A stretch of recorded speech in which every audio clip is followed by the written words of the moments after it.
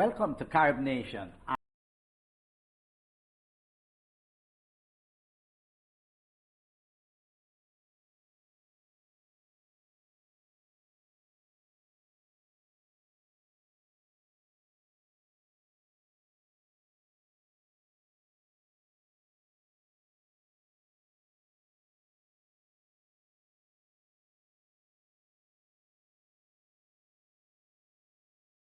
An international trade attorney, and also has done a lot of work on Caricom integration. Yeah. And also we have with us Dr. Eddie Green. Eddie Green was a former Assistant Secretary General of the Caricom. He also was head of the ISER at the University of the West Indies, and presently he's a special advisor to Caricom PAHO, the Pan American Health Organization on Health and Development Issues. Welcome to Carib Nation, my friends. Thank you. We are going to go right off the bat. Okay. The program today is about Caricom, yesterday, today, and tomorrow. Let's take from the beginning when CARIFTA, the Caribbean Free Trade Area, was founded in 1968. And then we had the Treaty of Chaguaramas in 1973, and then a revised treaty in 1992. Until about 2002, Dr. Green, what has Caricom been able to achieve, and what kind of obstacles it has had to step over? Well, I think that it's important to recognize that from its inception, the attempt was always to create a single market and a free trade area for the region, because with the countries becoming independent in the 1960s through the 70s, it was felt that the competitive nature of the world system was such that the Caribbean needed to have that increased space, economic space, with which to be competitive. And I think that when CARIFTA was introduced in 1968, the vision was to ensure that the trading mechanisms were in place. So the emphasis was on trade. On trade. What happened after that in the revised Treaty of Chaguaramas, when emphasis was being placed on the integration process, which included not only trade but also functional cooperation issues, the base became broader. The impact on the people involved, education and health and culture, because these were seen to be very vital elements in addition to trade. And therefore, you asked what were some of the challenges. I think in the period between 68 and 2002, when you have your cutoff point for this discussion presently, some of the challenges were really to get the Caribbean countries not only to recognize that there was need to move towards common trade policies, but also to get the international organizations to recognize that the countries of the Caribbean were formulating a coherent policy in trade and functional cooperation in order to be able to advance. Andrea, they started off with trade, and many international institutions have an original mandate. But because of the realities of the world, they have found they cannot deal with one issue without dealing with interrelated issues. Now, you're a trade attorney. What is your opinion from the time of the Caribbean Free Trade Area to 68 to 73, when they became Caribbean Community?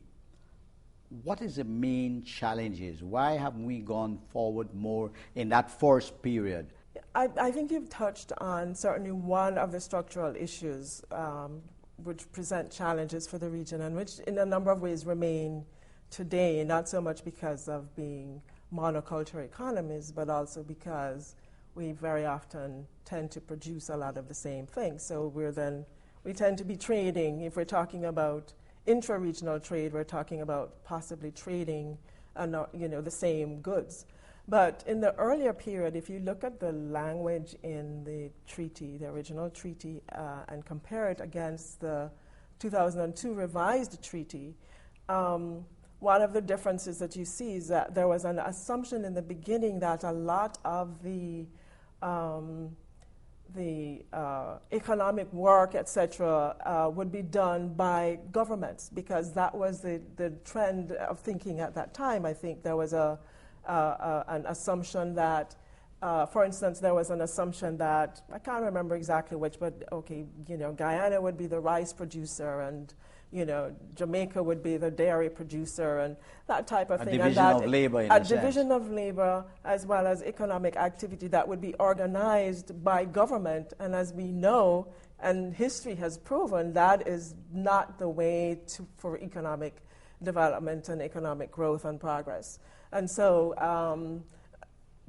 the 2002 period reflects, and beyond, reflects a more realistic approach with respect to what is the role of government and greater recognition for the role of private sector, not necessarily in the language, but certainly in, implicitly in the treaty, this stepping back with respect to the role of government as the organizer of economic activity. I'm going to come back to that to link the trade issue with the changes that happened in 1992 in Europe and afterwards, and the fall of communism and the neoliberal model and all that, and how that has affected and how Caricom has been negotiating.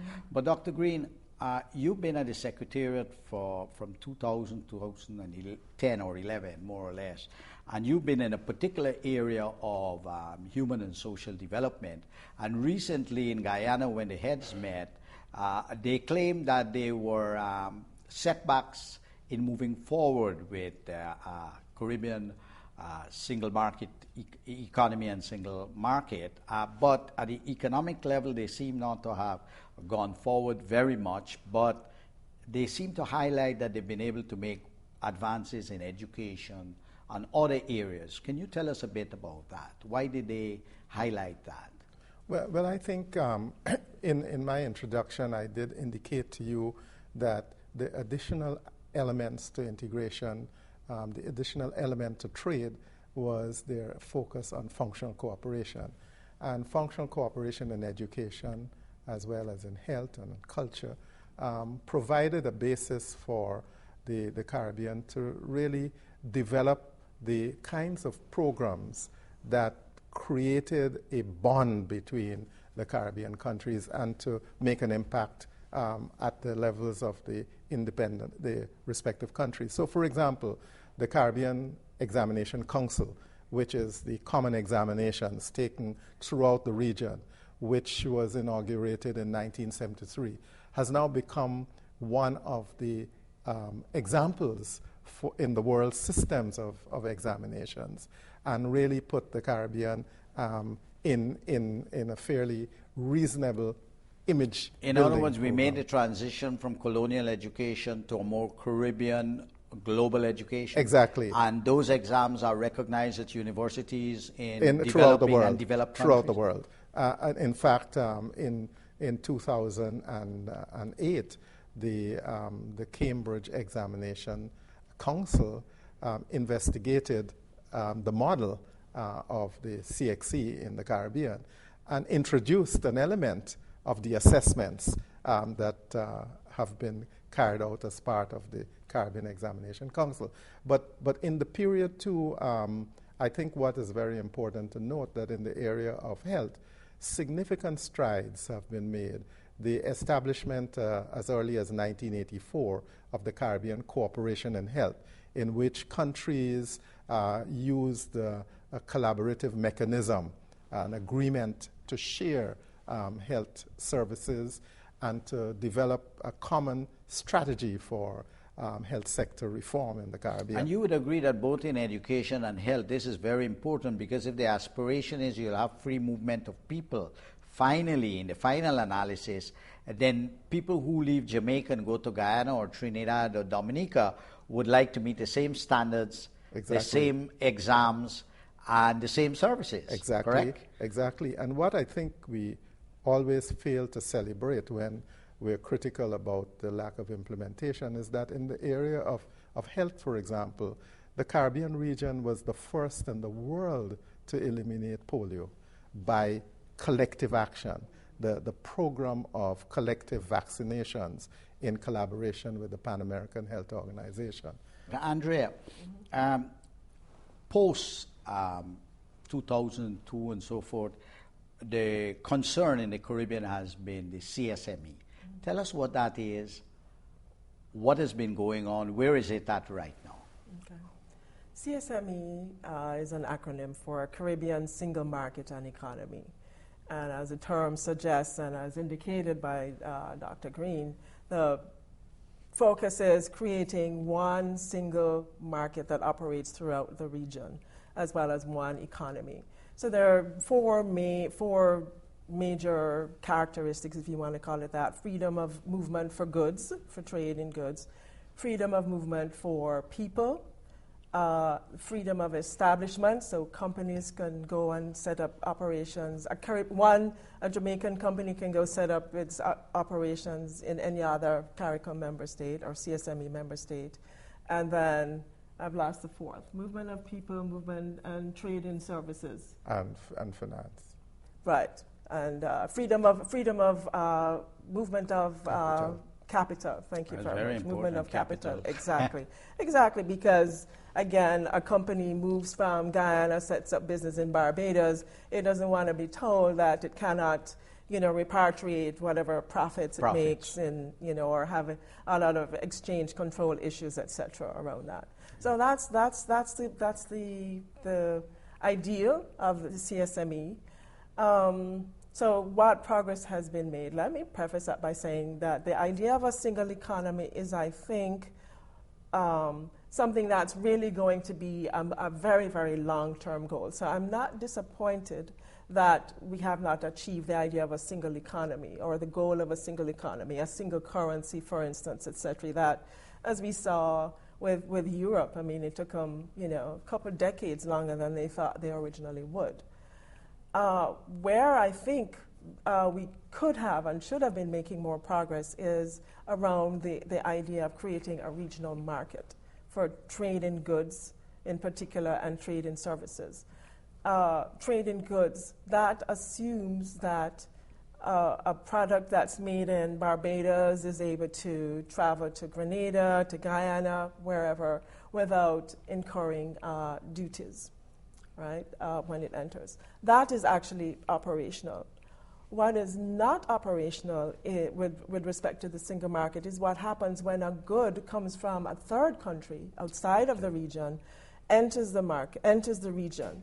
So let's say if we look at the Eastern Caribbean, where a lot of products tend to come in through Trinidad, for instance, because it's such a larger hub, and then the idea would be to be able to ship to Trinidad and then have the goods kind of make their way up the chain or go from But right now, because we don't have a fully functioning customs union, then the good comes to Trinidad, it incurs duties there. It goes to St. Vincent, it's going to incur duties there. And that is the reality today? That is the reality today. That is the reality today. I mean, there are ways to avoid that in terms of sending the goods, in bond, etc. But it poses additional challenges, and that is not what was envisioned. Until we are able to put something like that in place, we cannot truly say that we have a single market for trading goods operating. Yeah, we have a lot of, both of you, we have a lot of problems in the world. And one of the main problems is stability and the institutionalization of democracy and transition to democracy. We seem to have that as a plus in the Caribbean since political independence, with a few flips and blips along the way, but overall we have been. The young people all over the world do not see a future because there's joblessness. And we have often said we've had growth without development, growth without jobs, jobless growth, and so forth. Now, the economies in the Caribbean, except for Guyana and Suriname, are not doing so well, and the indebtedness is very high. What I'd like to know from you, Dr. Green, is how, since the Caribbean countries are now concerned about not only trade but the social issues, how are they tackling the job creation issue? Well, I think, yes, I think that you have to see the Caribbean as part of the international, the crisis in the international economy. And that crisis really affects the Caribbean because for the most part, the economies are tourist dependent. And that sector has had some the traumatic effects from the economic crisis. And that is part of the reason why many of the economies are not doing so well, with the exception of Guyana and Suriname. But I think that what is really very important to note is that since you refer to the youth, that invariably, based on a report that has been recently completed, the report from the Caribbean Commission on Youth Development, which was presented to the heads of government in January of 2010, what we saw was that the youth being completely disenchanted with the region for some of the reasons that Dr. Ewart mentioned, that the movement towards the single market and the economy is quite slow, and they're not seeing themselves in a growth path.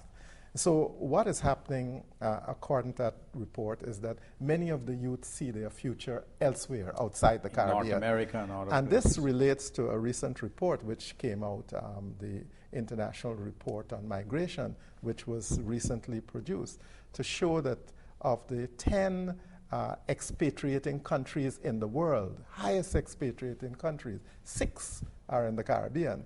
Wow. And the Caribbean, the migration out of the Caribbean from these 6 countries range from the low of 55 to a high of 89. So of those who have tertiary education. Wow. So it tells you that what is happening in the Caribbean, a challenge, is how do you retain that flow of labor, especially those in the productive sector, because those are you have your productive ages between 15 and 40, 49, and those are the people that are migrating. So we have a problem there, and that is what we need to fix as part of the integration. I want to make one other point because it relates to your issue. In the context of what Dr. Ewart says, that we tend to see integration as evolving around the issues of trade and so on. But there are several other pillars, for example, the pillar that we have, the institutions that we have developed for environmental protection, the institutions dealing with climate change, with the standards and quality. Several institutions have been developed in the Caribbean which work across the Caribbean and provide very important indicators of the face of the community across the region. And what I want to say is that those institutions, whether they are in health emergencies or in climate change, they provide very valuable supports for a regional integration process, which we have to account for. Well, it also is very important that in a globalizing world that we update ourselves with international standards, because then we become a non-player. I've noticed that there is a South American community of nations led by Brazil. I noticed that Chavez has started ALBA, which is a Latin American Bolivarian grouping in which St. Vincent, Dominica are also part, led by President Chavez.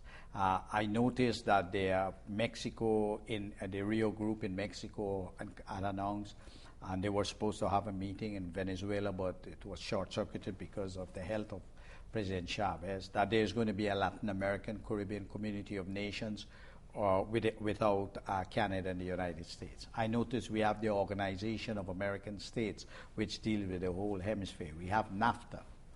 Now, how do you all believe, or what do you all think, or how do you think that Caricom should relate to the South American Community of Nations, Latin American, Caribbean Community of Nations, and these new development in the region? Is it an attempt to assert the autonomy of the governments and peoples outside of Canada and the United States, or there is something else to it? Well, with respect to the relations between CARICOM and the rest of Latin America, we have, I think, politically, and certainly in terms of meetings and hemispheric declarations, etc. We have a long history of that, both inside of the OAS and outside of the OAS. And certainly, I think anything that the region does to continue to strengthen those types of that type of outreach can in no way undermine or harm the region. The area in which we have flagged is fallen far behind is in developing trade relations.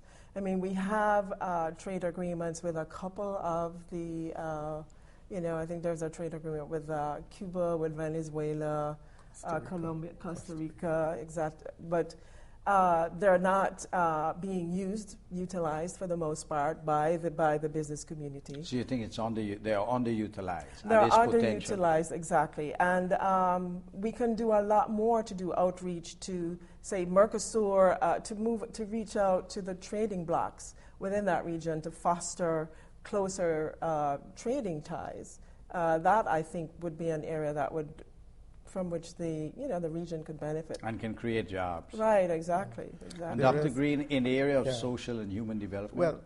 Well, I want to take up from what Dr. Ewart said and to indicate that what is happening is that if you view the geopolitics of the Caricom community, you have Belize that is in the Central American geopolitical area. And they're a part of the Central America integration movement. Then you have Guyana and Suriname with UNASUR, with Brazil and that group. And we have Haiti. And then you have Haiti. Then you have the Caricom, which was developed as a trading bloc in the latter part, as a trading mechanism with Europe, yes, which at first included Haiti, Suriname, and Caricom, but with the Dominican Republic. But what remains now of Caricom is Caricom, because Haiti is a member of Caricom now, and Caricom and the Dominican Republic. What is really important is that people don't know that the Dominican Republic has been integrated in a particular way structurally into the community, because there is an Assistant Secretary General for Caricom Affairs that is from Dominican Republic, trying to ensure that you institutionalize those kinds of relationships. Mm-hmm. But let me just finally say, because I think that you probably want to touch on other things, that what is happening in the context of those arrangements between the community and those groups, SICA, ALBA, UNISOR, and the Latin American Union, is what I call a variable geometry of integration, which really could only help to strengthen an integration process, recognizing that there are tentacles to which the Caribbean connect in Latin America that are vital. And they don't necessarily always have to be in the area of trade, but they could foster the relationship, for example, like that which occurred in 2008, where the Caribbean Ministers of Health and Latin American Ministers of Health got together to foster improvements in the accelerated approach to HIV/AIDS. Okay. So what I'm saying is that variable geometry of integration could be used in various ways, trade, health, education, and so on. Yes, and I think that that is how we could see it. At the same time, can I just touch on this because let's use very quickly the Caricom relationship with the Dominican Republic as an example. Yes, it is true we have these institutional structures in place, but for instance, I don't believe that there is any CARICOM member state that has an embassy or any kind of real diplomatic representation in the Dominican Republic. And there is still a lot of suspicion and resistance to integrating the Dominican Republic into the region or in implementing, for instance, the trade agreement that was signed between the Dominican Republic and CARICOM even before the CARIFORUM mechanism was set up.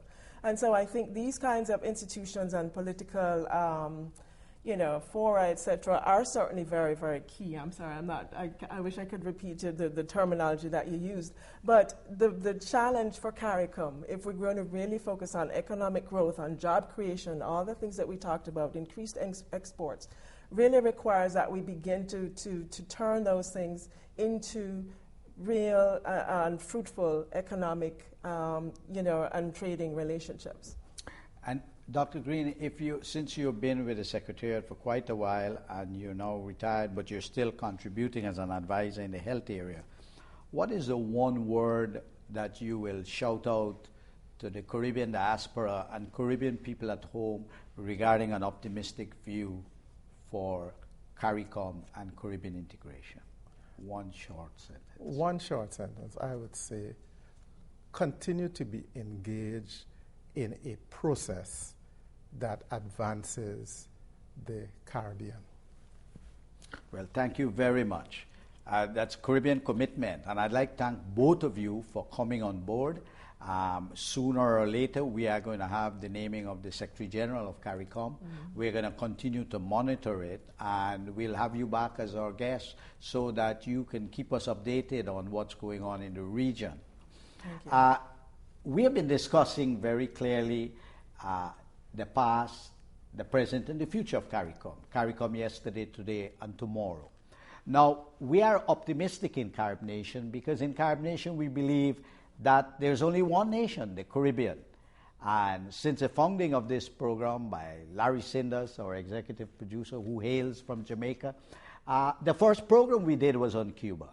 And we have seen a lot of obstacles, a lot of hurdles and so forth, and we understand this is part of life. But the most important thing about Caribbean unity is our youth. And somehow, somewhere, somehow we have to come up with policies that can effectively address the question of job creation in the Caribbean so that we can keep our young people in the region. And for those of us in the diaspora, we appeal to you, Carib Nation appeals to you that you do not forget your roots, do not forget your identity, because there's no doubt, in my mind, very often I say, that when God conceived heaven, it was the Caribbean he had in mind. But we have to be there. So on behalf of Carib Nation, I'd like to say thank you until next time.